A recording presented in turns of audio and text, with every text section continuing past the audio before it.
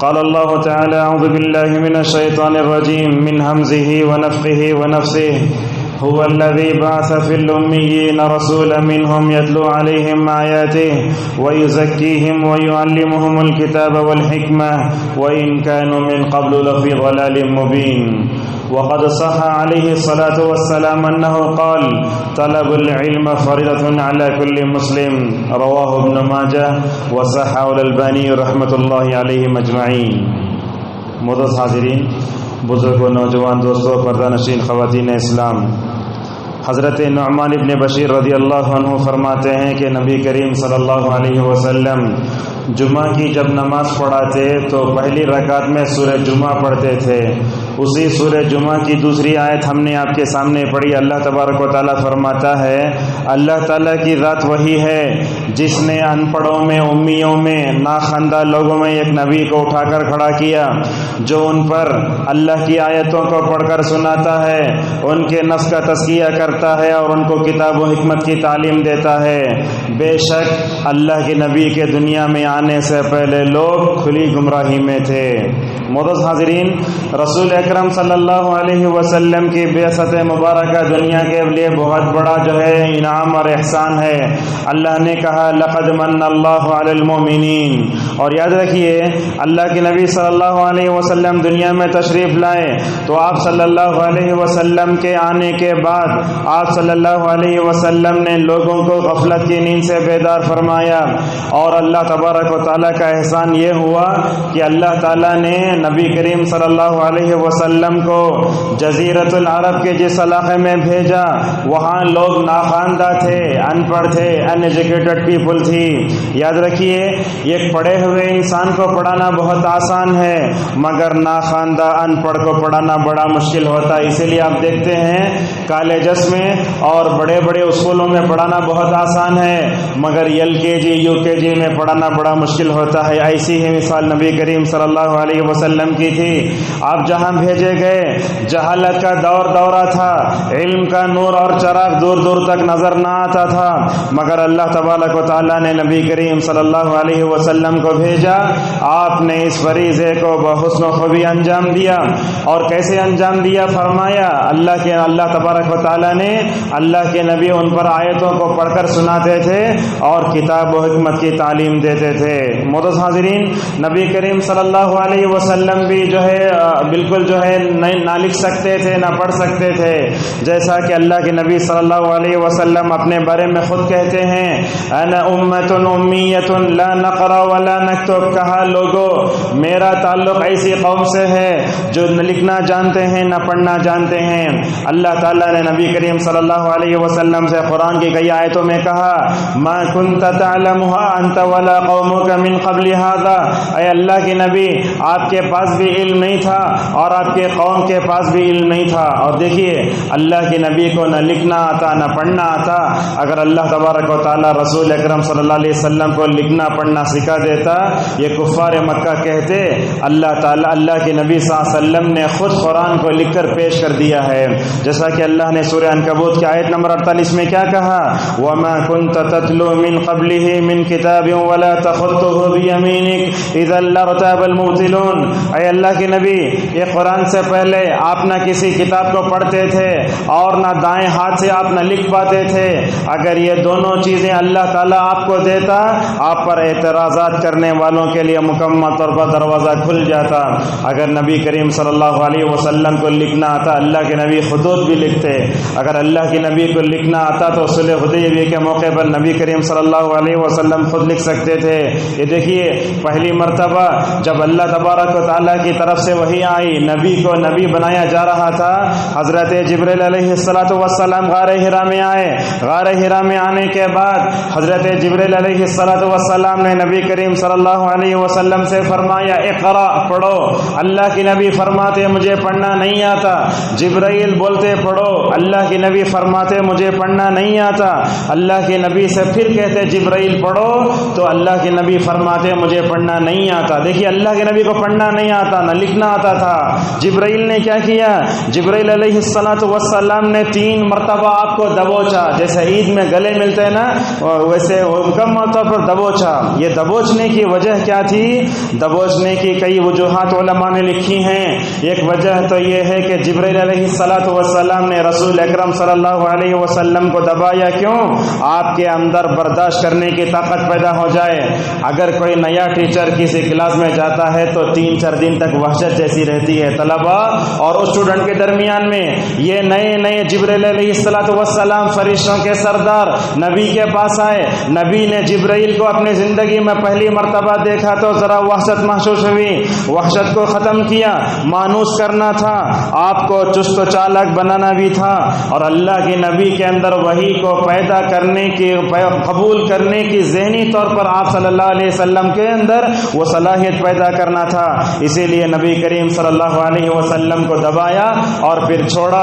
اللہ کے نبی پڑھنے لگے، اقرأ بسم ربک الذی خلق خلق الانسان من علق اقرأ وربک الاکرم الذی علم بالقلم علم الانسان ما لم يعلم۔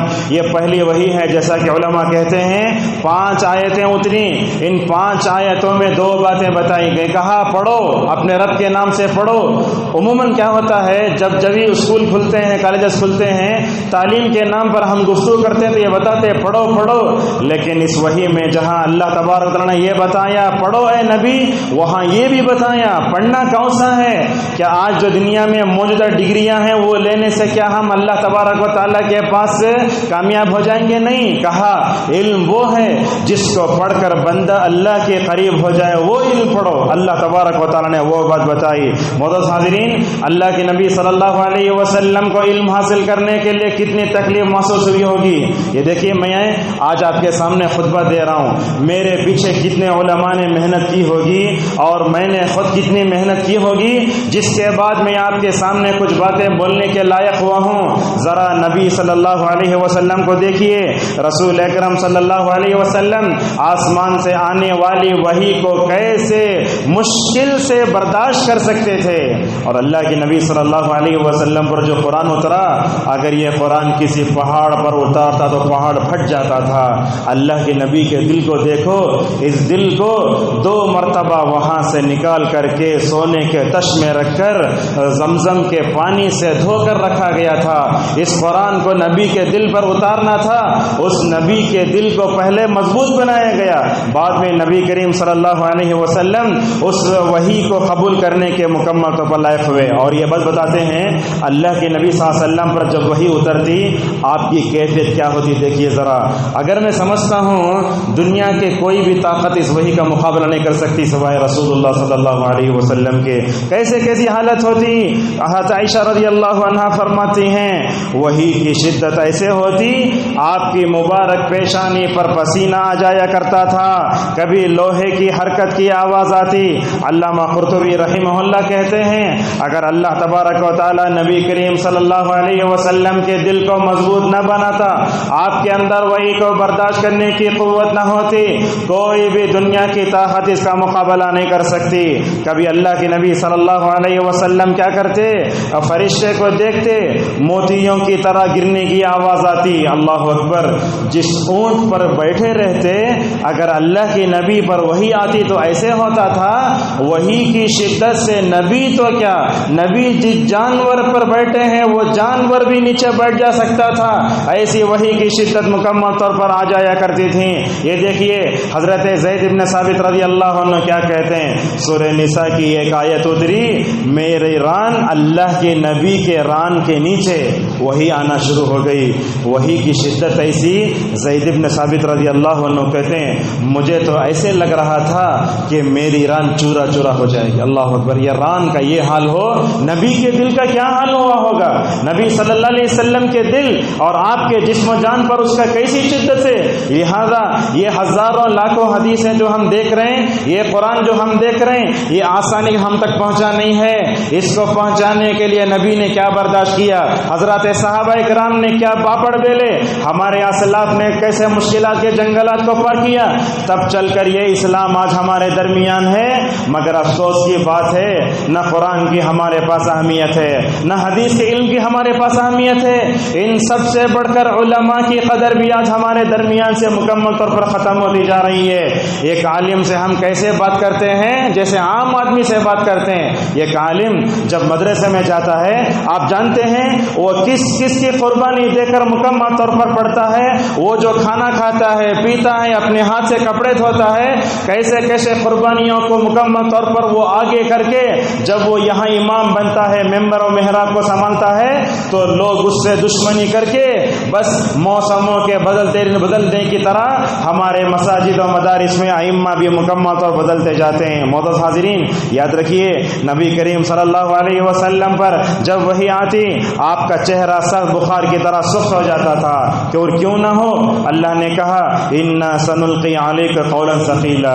ابن اسحاق رحمہ اللہ کیا کہتے ہیں، دیکھو اللہ تعالیٰ نے رسول اکرم صلی اللہ علیہ وسلم کے اندر وحی کو برداشت کرنے کی طاقت رکھی۔ آپ صلی اللہ علیہ وسلم پر یہ وحی کی جو شدتیں آئیں، 1 سال نہیں، 2 سال نہیں، 20 پر 3 سال تک نبی کریم صلی اللہ علیہ وسلم پر وحی اترتی رہی۔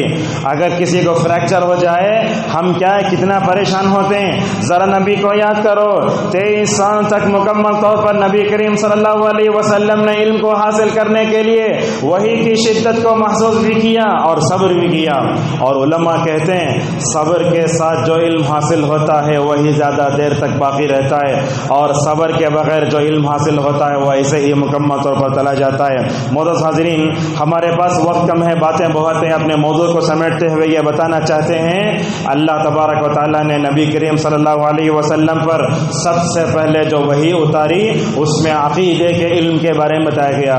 اگر آپ دنیا میں پوچھیں کون سا علم افضل ہے، کوئی کہے گا انجینئرنگ کا علم، کوئی کہے گا ڈاکٹریٹ کا علم، یہ سب ایک طرف، مگر اس دنیا میں اگر سب سے بہترین اگر کوئی علم ہے تو وہ عقیدے کا علم ہے۔ عقیدے کا علم سب سے اونچا ہے، کیوں؟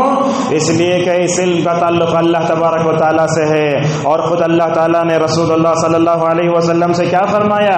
فَاعْلَمْ أَنَّهُ لَا إِلَٰهَ إِلَّا اللَّهُ، اے اللہ کے نبی آپ علم سیکھو عقیدے کا، یہ دنیا والوں کو بتاؤ دنیا میں بہت سے معبود ہو سکتے ہیں مگر معبود برحق ہے تو اللہ تبارک و تعالیٰ کی ذات ہے۔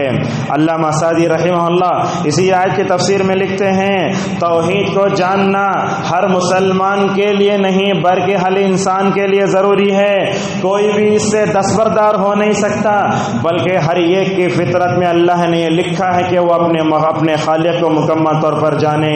آج دیکھیے عقیدے کا علم کیا آج ہمارے پاس ہے؟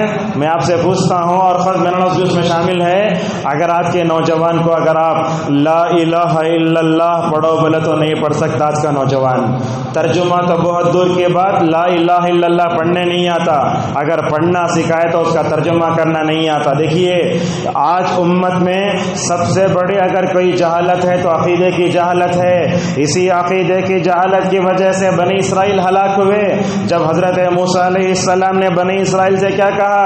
انکم قوم تجہلون، کہا تم نادان ہو۔ دنیا میں نادان کون ہوتا ہے؟ جس کو عقل نہیں وہ نادان نہیں، جس کے پاس عقیدے توحید نہ ہو وہ نادان ہے۔ آج امت مسلمہ عقیدے کی اس جہالت میں پڑھ کر ذلت و رسوائی کا شکار ہو رہی ہے۔ 13 سال تک، یہ دیکھیے 13 سال تک 80 پر 6 سورتیں نبی کریم صلی اللہ علیہ وسلم پر اتاری گئیں۔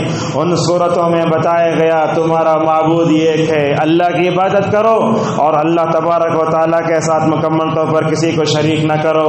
اسی عقیدے کے علم کو سکھاتے سکھاتے نبی کریم صلی اللہ علیہ وسلم نے اپنی 13 سالہ زندگی پوری صرف کی۔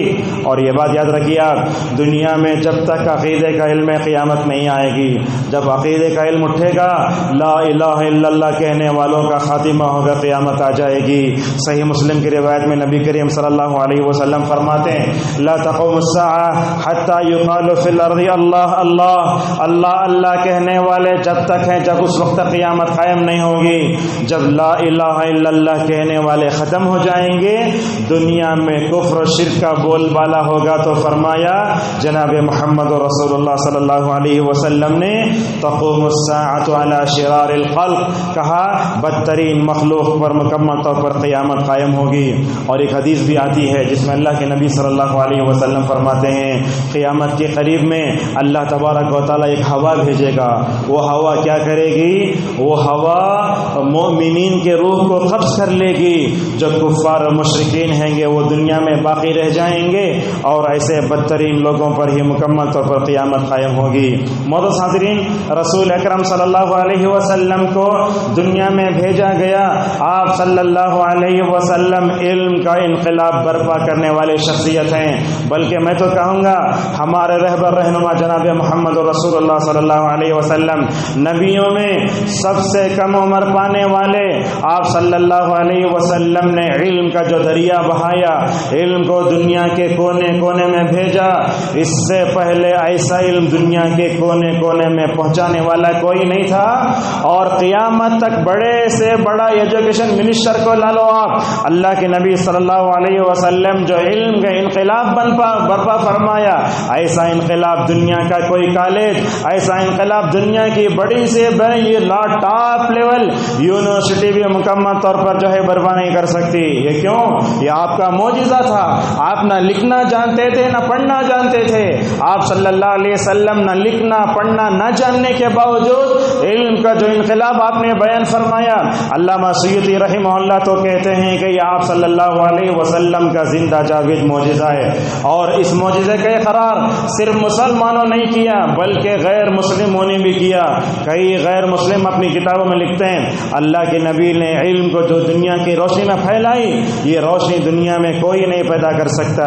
معزز حاضرین، رسول اکرم صلی اللہ علیہ وسلم جو علم دنیا میں لے کر آئے وہ دو طرح کا تھا۔ جب ہم علم کے بارے میں گفتگو کرتے ہیں تو بولتے دنیاوی علم، دینی علم، عصری علم، یہ غلط ہے، ایسے نہیں بولنا چاہیے، بلکہ کیا بولنا چاہیے؟ نفع دینے والا علم، نقصان دینے والا علم، یہ صحیح ہے۔ آپ انجینئرنگ پڑھو، اگر اس کے ذریعے امت کی خدمت کرنا چاہتے ہو تو یہ آپ کا پڑھنا باعث اجر و ثواب ہے۔ اگر آپ کسی مدرسے میں پڑھ رہے ہیں، ممبر و محراب سنبھالنے کی اگر آپ نیت سے پڑھ رہے ہیں تو کیا معلوم ہوا؟ مدرسے میں پڑھنے والا جیسے اپنی نیت کی اصلاح کی وجہ سے اجر و ثواب پائے گا، ویسے بڑے بڑے کالجوں میں اور یونیورسٹیوں میں پڑھنے والے لڑکیاں بھی اپنی نیت کی وجہ سے اللہ تبارک و تعالیٰ کے قریب ہو سکتے ہیں۔ اور دیکھیے اللہ کے نبی صلی اللہ علیہ وسلم نماز فجر پڑھتے، نماز فجر پڑھنے کے بعد رسول اللہ صلی اللہ علیہ وسلم جن دعاؤں کا اہتمام کرتے ہیں ان دعاؤں میں ایک دعا یہ بھی ہے، کہا اللہم انی اسألک علما نافعا ورزقا طیبا وعملا متقبلا۔ اللہ کے نبی فرماتے اے اللہ میں تیرے سے ایسے علم کا سوال کرتا ہوں جو نفع دے، اے اللہ پاکیزہ رزق کے دروازے میرے اوپر کھول دے، اے اللہ میں جو چھوٹا موٹا عمل کر رہا ہوں اس کو قبول فرما لے۔ صبح اٹھتے ہی یہ تین دعائیں، عبد الرزاق البدر حفظہ اللہ اس دعا کی تشریح میں کیا کہتے ہیں؟ یہ دعا بڑی بہترین ہے، بڑے فائدے والی ہے، اللہ کے نبی کو اسوہ بنا کر صبح سویرے اٹھو تو اس دعا کا اہتمام کرو۔ کیا دعا ہے؟ اللہم انی اسألک علما نافعا۔ یاد رکھیے دنیا میں سب سے بڑی دولت ایمان کی دولت ہے، دنیا میں سب سے بڑی دولت عقیدہ توحید کی دولت ہے، اور ان دونوں دولتوں کے بعد اگر کوئی بہترین دولت ہے تو پیسہ نہیں ہے، سب سے بڑی دولت کو تو علم کی دولت ہے۔ آپ دنیا میں مالداروں کو بھی دیکھو، علماء کو بھی دیکھو، علماء کی جو عزت ہوتی ہے وہ مالداروں کی نہیں ہو سکتی۔ علماء کا جو مقام و مرتبہ ہے وہ جیتے جی اجر و ثواب کے مستحق ہوتے ہیں، مرنے کے بعد بھی اجر و ثواب کے مستحق ہوتے ہیں، اور قیامت کے دن علماء کا کیا مقام و مرتبہ ہوگا یہ بھی آپ مکمل طور پر جانتے ہیں، لہٰذا یہ دعا پڑھنا چاہیے۔ معزز حاضرین، اللہ کے نبی صلی اللہ علیہ وسلم نے اور ایک حدیث میں فرمایا لوگو اللہ تبارک و تعالیٰ سے نفع بخش علم کا سوال کرو، اور ایسے علم سے پناہ مانگو، ایسے علم سے پناہ مانگو جو نفع نہ دے۔ اچھا، نفع بخش علم کو کس کو کہتے ہیں؟ وہ علم جس کو پا کر بندہ اللہ کے قریب ہو جائے، وہ علم جو انسان کے دل کو نرم کر دے، وہ علم جس کو پا کر بندے کے دل میں اللہ تبارک و تعالیٰ کا شکر پیدا ہو، ایسا علم ہی حقیقی علم ہے۔ ہم آپ سے پوچھتے ہیں قرآن کریم کی کتنی صورتیں آپ کو یاد ہوں گی؟ نبی کریم صلی اللہ علیہ وسلم کی حدیثیں آپ کو کتنی یاد ہوں گی؟ کیا ان آیتوں اور حدیثوں کے یاد کرنے پر آپ نے کیا نبیوں کی طرح اللہ تبارک و تعالیٰ کا شکر ادا کیا؟ یہ دیکھو حضرت داؤد علیہ السلام کو، سلیمان علیہ السلام کو اللہ تبارک و تعالیٰ نے ان دونوں پر علم کے کیا اپنی جو ہے قدرت کے اتنے دروازے کھولے، مگر اتنا بڑا علم ملنے کے باوجود اللہ تبارک و تعالیٰ کے سامنے اپنی عاجز انکساری کن الفاظ میں ادا کرنا کہہ رہے ہیں، وَلَقَدْ آتَيْنَا دَاوُودَ وَسُلَيْمَانَ عِلْمًا وَقَالَ الْحَمْدُ لِلَّهِ الَّذِي فَضَّلَنَا عَلَى كَثِيرٍ مِّنْ عِبَادِهِ الْمُؤْمِنِينَ۔ کہا داؤد نے، سلیمان نے، تمام تعریفیں اس اللہ کے لیے ہیں جس نے ہمیں علم دیا، اپنے چنندہ بندوں میں سے چن کر ساری دنیا والوں پر ہمیں ترجیح دی۔ معزز حاضرین، اگر آپ کو اور مجھے علم مل جاتا ہے، یہ مت سمجھو کہ یہ علم میرے اور آپ کے ذہن کی پیداوار ہے۔ قارون نے تو یہی کہا تھا نا، انما اوتیتہ علی علم عندی، کہنے لگا یہ علم میرا ہے، یہ مال میرا ہے۔ یہ دیکھو، یہ قارون کی سوچ میں نبیوں کی سوچ میں فرق دیکھو۔ قارون نے کیا کہا؟ علم ملنے کے بعد کہا یہ علم میرا ہے، مال ملنے کے بعد مال میرا ہے۔ مگر حضرات انبیاء علیہ السلام کو دیکھو، علم کی دولت ملنے کے بعد کیا کہتے ہیں؟ یہ علم کی دولت میرے ذہن کی کوئی نتیجہ نہیں ہے، یہ علم دینے والی ذات رب علیم کی ذات ہے۔ یہی تو ہوتا ہے جب اللہ تبارک و تعالیٰ نے فرشتوں کو پیدا فرمایا، آدم کو بھی پیدا فرمایا، فرشتوں سے کہا آدم کے سامنے جا کر سجدہ کرو۔ دیکھو علم کی وجہ سے نورانی مخلوق بھی مٹی سے بنے آدم کے سامنے جھکتی ہے، کیا اس سے زیادہ علم کی کوئی فضیلت ہو سکتی ہے؟ اور یہ حضرت آدم علیہ السلام کے سامنے جب سجدہ کرنے گئے فرشتے، اس سے پہلے اللہ تبارک و تعالیٰ کے سامنے کیا کہنے لگے؟ قالوا سبحانک لا علم لنا الا ما علمتنا، اے پروردگار میرے پاس، ہمارے پاس اگر کوئی علم ہے تو وہ تو نے سکھایا ہے، میرے پاس جو علم ہے وہ بھی اللہ نے سکھایا ہے، آپ کے پاس جو علم ہے وہ بھی اللہ نے سکھایا ہے۔ وہ علم چاہے کوسا بھی کیوں نہ ہو، چاہے وہ تجارت کا علم ہو، کمانے کا علم ہو، اگر آپ بہترین تاجر بن رہے ہیں، آپ سے پہلے آپ کے والدین بھی تاجر تھے، آپ یہ نہیں بولنا یہ ہمارے والدین دیسو، بلکہ ایسے بولنا جس رب نے مجھے تجارت کی دولت سے مالا مال فرمایا، اسی رب نے ہمارے والدین کو بھی تجارت دی۔ معزز حاضرین، دیکھیے نفع بخش علم ہوتا ہے اور ایک علم ہوتا ہے نقصان دہ علم۔ وہ کون سے ہیں؟ غور سے سنیے، کون سا؟ جادو کا علم سیکھنا حرام ہے، اور اسی طریقے سے سیکسی تعلیم پڑھانا یہ بھی ناجائز ہے۔ اسی طریقے سے موسیقی کا علم، اپنے بچے کو ڈانس کلاس میں بھیجنا، ڈانس سکھانا، یہ بھی حرام ہے۔ یہ کچھ نقصان دہ علم ہوتے ہیں جس سے بچنا چاہیے۔ آج بھی دیکھیں گے دکانوں میں آپ عدد، یہ 8 5 6 6 2 8، وہ تختی بنا کے اس میں لکھ دیتے ہیں دکان و مکان کی خیر و برکت کی۔ اس میں کیا ہوتا ہے؟ عدد ہوتا ہے۔ وہ علم بھی حاصل کرنا مکمل طور پر ناجائز ہے۔ آج دنیا میں علوم بہت ہیں، مگر نفع بخش علم کو حاصل کرنے کی بڑی سخت ضرورت ہے۔ اور یہ بات بھی دیکھیے، اللہ کے نبی صلی اللہ علیہ وسلم نے علم حاصل کرنے کے بارے میں کیا بتایا؟ دنیا کا کوئی بھی نفع بخش علم حاصل کرو، یہ عبادت ہے۔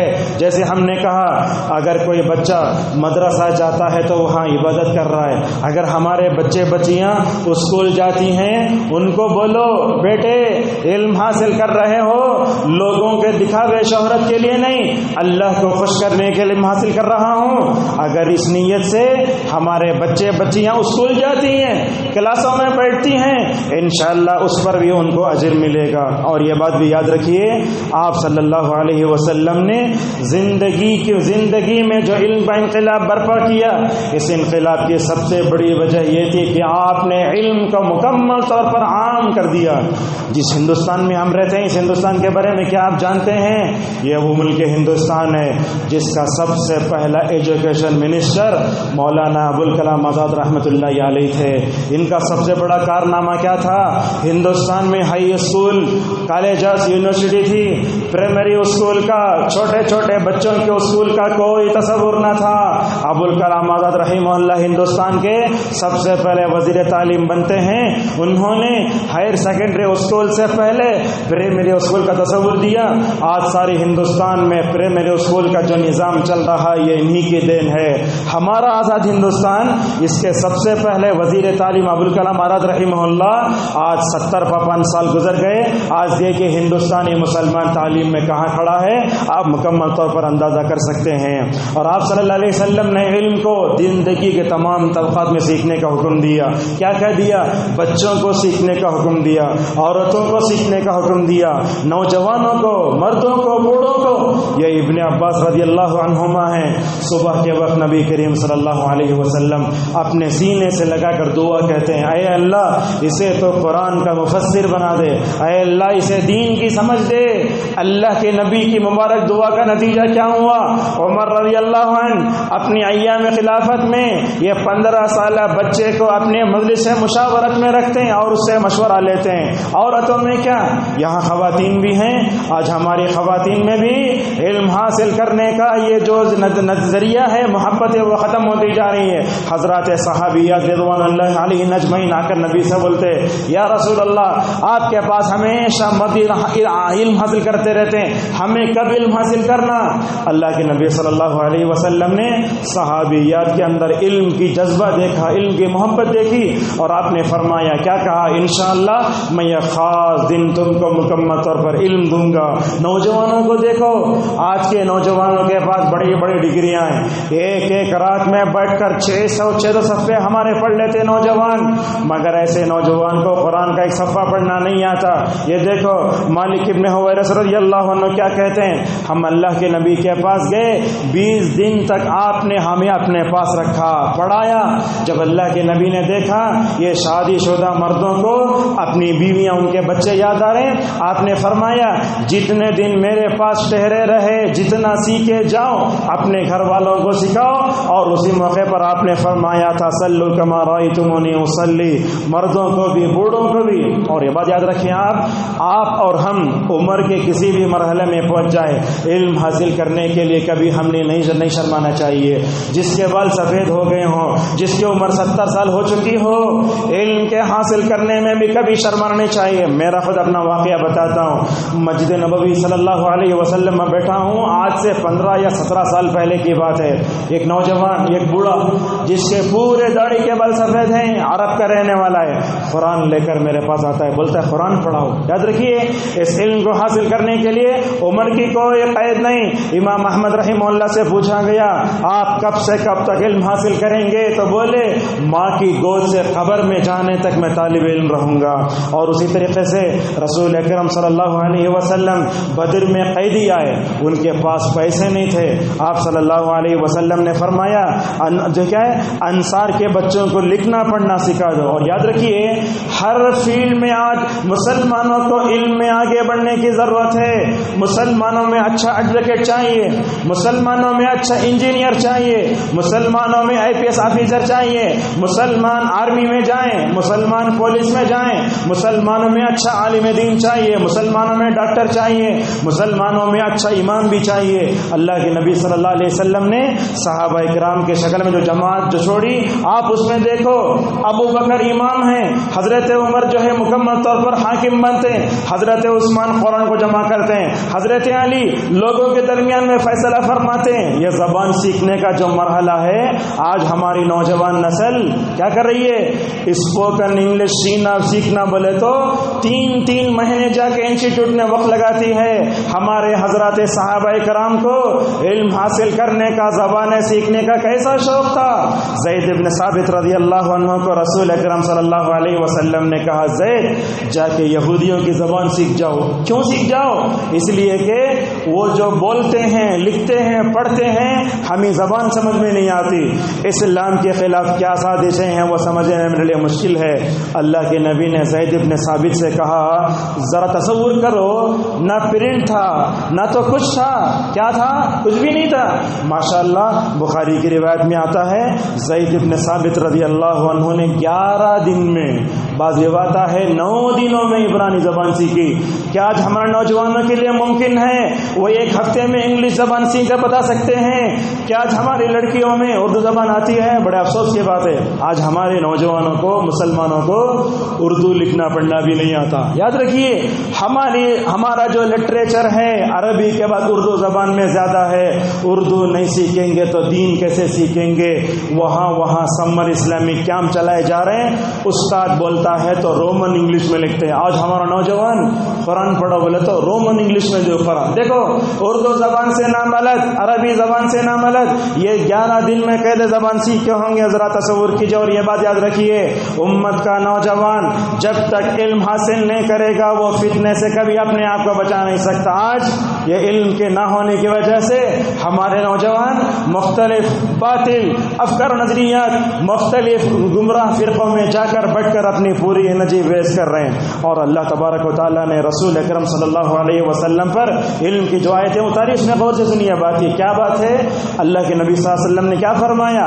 مردوں کو علم حاصل کرنا اپنی جگہ ہے، مگر 3 لڑکیاں اگر اللہ نے کسی کو دی ہیں، اللہ تعالیٰ اگر وہ باپ ان بچوں کو پڑھاتا ہے، ادب سکھاتا ہے، علم سکھاتا ہے، تو اللہ کے نبی نے اشارہ کر کے فرمایا وہ 3 بچیوں کا باپ جو اپنے بچیوں کو علم دیتا ہے میں اور وہ جنت میں ایسے ہوں گے.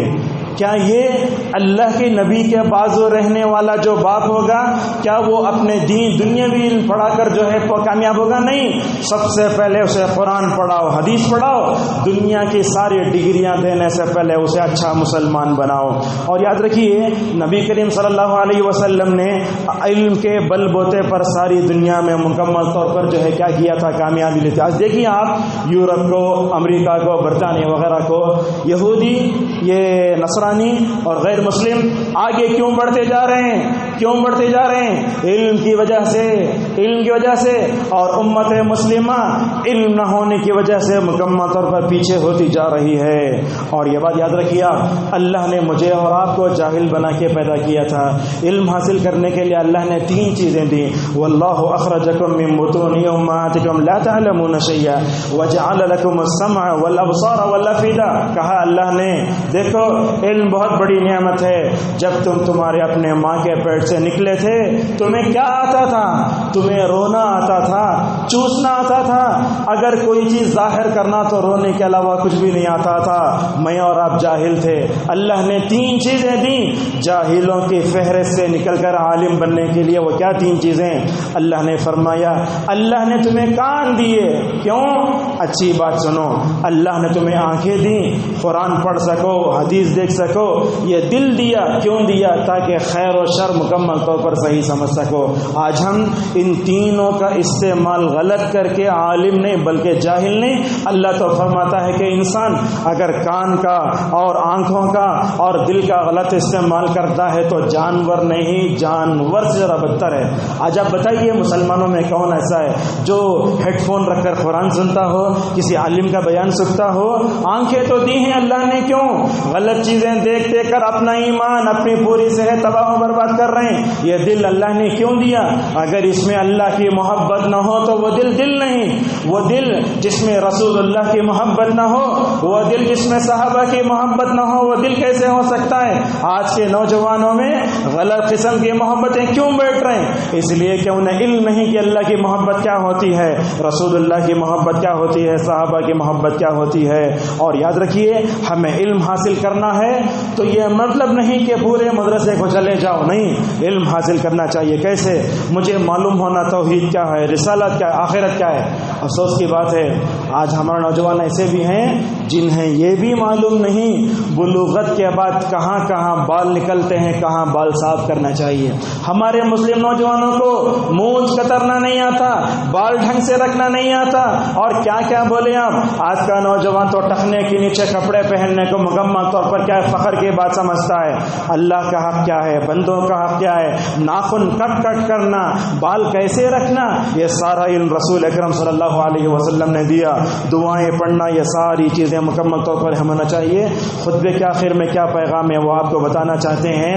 آج دنیا میں علوم بہت ہیں، مگر ایسا علم حاصل کرو جس کی وجہ سے آپ اللہ کے قریب ہو جاؤ۔ اپنے بچوں کو اسکولوں میں بھیجتے ہو، بڑی بڑی ڈگریاں پڑھاؤ، لیکن سب سے پہلے اس کا عقیدہ درست کرو، نماز پڑھانا سکھاؤ، اور اسے طہارت کے کیا مسائل ہیں۔ اور آج کے نوجوانوں کو یہ علم بھی نہیں، بیت الخلاء میں جاتے ہوئے کوسا پیر رکھنا چاہیے، دعا کیا پڑھنا چاہیے، باہر آنے کے بعد کیا پڑھنا چاہیے، بات بھی نہیں ہے۔ یہ ہاتھ سے پیتے ہیں، لیفٹ ہاتھ سے، یہ ہاتھ سے پینا یہ شیطان سے پینا ہے۔ اور اسی طریقے سے ہم آپ کے سامنے اس خطبے سے بتانا یہ چاہتے ہیں کہ آج کے نوجوانوں میں جو فتنہ ہے، وہ فتنہ اگر ہے تو کم علمی کی وجہ سے ہے۔ اگر ہم نے اور آپ نے علم حاصل کیا اور نوجوانوں کو علم دیا تو میں سمجھتا ہوں فتنوں کا ڈٹ کر مقابلہ کر سکتے ہیں۔ اور ایک بات یاد رکھیے، یہ مساجد نماز پڑھ کر بند کرنے کے لیے نہیں بنائی گئی، یہ مسجدیں وہ مسجدیں ہیں جہاں سے علم کا نور پھیلنا چاہیے، بھٹکے ہوئے لوگوں کو سیدھی راہ دکھانا چاہیے،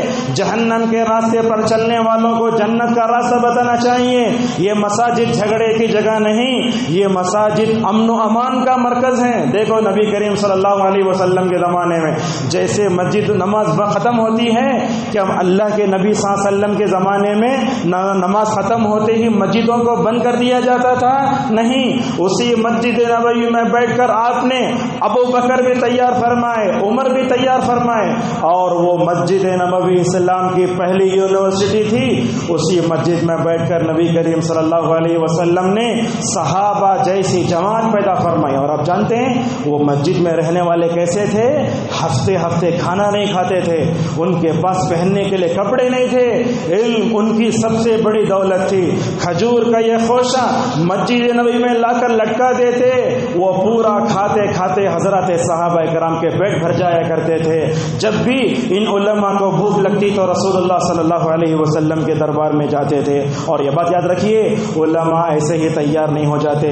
کتنے لوگوں کو آپ نے دیکھا ہوگا مسجد مدرسے کو جاتے، وہاں کھانا ماحول پانی خراب نے بیچ میں بات کو آ جاتے، ورنہ جو علماء اپنی ہر طرح کی قربانی دے کر مدارس میں پڑھتے ہیں وہ نال علم کی مکمل طور پر قدر کیجیے۔ اور ایک بات بتاتے ہیں آپ کو، آج ہندوستان میں کچھ ایسا ماحول بھی بن رہا ہے، کچھ لوگ یہ کہتے ہیں ہندوستان میں عالم دین نہیں ہے، کسی کے درس میں بیٹھتے نہیں، کسی کا خطبہ نہیں سنتے۔ ٹھیک ہے، یہ سمجھ آپ کے اندر کیسے پیدا ہوئی کہ علماء کسے کہتے ہیں، ذرا وہ بھی تصور کیجیے۔ لہٰذا یہ کہنا کوئی بھی عالم نہیں ہے، میں سمجھتا ہوں یہ خوارج اور شیعہ کی فکر ہے۔ علماء سے بے نیازی، علم سے بے نیازی امت کے لیے خطرے کی گھنٹی ہے۔ علم حاصل کرو، علماء کی قدر کرو، آپ مکمل طور پر یہ کر سکتے ہیں۔ تعلیمی بیداری لانے کی ضرورت ہے۔ آخری میں ایک بات بتاتے ہیں، آج امت مسلمہ کیا کر رہی ہے؟ شادی محل بن رہی ہے، لاکھوں کروڑ روپے ڈال رہی ہے۔ اگر یہی پیسہ امت کے نوجوانوں کو، نونہالوں کو علم کے زیور سے آراستہ کرنے کے لیے اگر ہم تیار کریں تو کیسے ہوگا؟ اور آپ جانتے ہیں مسلمانوں کے اسکول کی جو حالتیں ہیں، بڑی خراب حالتیں۔ اس کے علاوہ دیکھو غیر مسلمین کے جو اسکولز ہوتے ہیں، میں سمجھتا ہوں غیر مسلمین کی ایک اسکول مسلمانوں کے 1000 اسکول کے برابر ہے۔ ایسی تعلیم، ایسی جنریشن، ایسا نظم و نسق، ایسا ڈسپلن، ایسی عزت نفس، ایسا علم آج ہمارے پاس مسلم اسکول کی جو حالت جار ہے وہ کسی سے مخفی نہیں ہے۔ پیسہ بٹورو، بس کیا ہو گیا؟ علم کمرشل انداز کا مکمل طور پر ہو رہا ہے۔ خطبے کا خلاصہ یہ ہے، علم نافع حاصل کیجئے۔ اللہ کے نبی صلی اللہ علیہ وسلم جو علم لے کر آئے تھے، اسی علم کو جیسے آپ نے دنیا کے کونے کونے میں پہنچایا، یہ ہندوستان میں موجودہ حالات میں جو پستی ہے، اس پستی سے اگر اٹھنا ہے تو کیا کرنا، ہمیں علم حاصل کرنا چاہیے۔ ہمارے ایسے مسلمان بھی ہوں جو ٹی وی میں نیوز بول سکیں، ہمارے مسلمان ایسے بھی ہوں جو صحافی بن سکیں، ہمارے مسلمان ہر زبان جاننا، مسلمان یہ نہیں بولنا مجھے نہیں آتا، زندگی کی ڈکشنری سے نکال دو اور کہے کہ میں ہر کام انشاءاللہ کر سکتا ہوں۔ علماء کی قدر کریں، اور ماشاءاللہ آپ کے پاس بھی علماء ہیں، ان سے علم حاصل کریں۔ اللہ تبارک و تعالیٰ سے ہماری دعا ہے کہ اللہ تعالیٰ ہم سب کو رسول اکرم صلی اللہ علیہ وسلم کا جو تعلیم انقلاب تھا اسی تعلیمی انقلاب پر چلنے کی ہم سب کو توفیق عطا فرمائے۔ اللہ تعالیٰ امت کے ہر فرد کو، بچوں کو، بوڑھوں کو، عورتوں کو، نوجوانوں کو، بچیوں کو، ہر ایک کو نفع بخش علم حاصل کرنے کی توفیق عطا فرمائے۔ اور آپ سے گزارش ہے یہ دعا ہر صبح نماز فجر کے بعد پڑھو، اللہم انی اسألک علما نافعا ورزقا طیبا وعملا متقبلا، وآخر دعوانا الحمد للہ رب العالمین۔